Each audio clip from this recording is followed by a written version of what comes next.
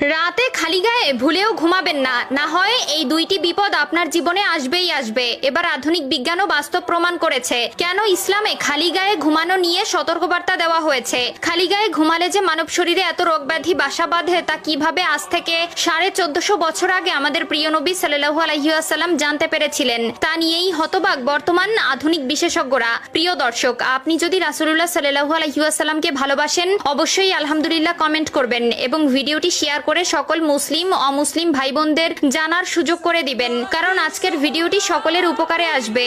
এই তীব্র গরমে অনেক ইয়াং জেনারেশন এমনকি বয়স্করাও খালি গায়ে ঘুমানো পছন্দ করে এবং এটি যাদের অভ্যাস তারা অবশ্যই ভিডিওটি সম্পূর্ণ দেখবেন এবং ক্ষতি নাকি লাভ সেটা জেনে যাবেন। প্রথম কথা, ইমানদার মানুষের কখনোই খালি গায়ে ঘুমানো উচিত না, কারণ রাসূলুল্লাহ সাল্লাল্লাহু আলাইহি ওয়াসাল্লাম ঘুমানোর বিষয়ে তার উম্মতদের কিছু আদব শিখিয়ে গেছেন।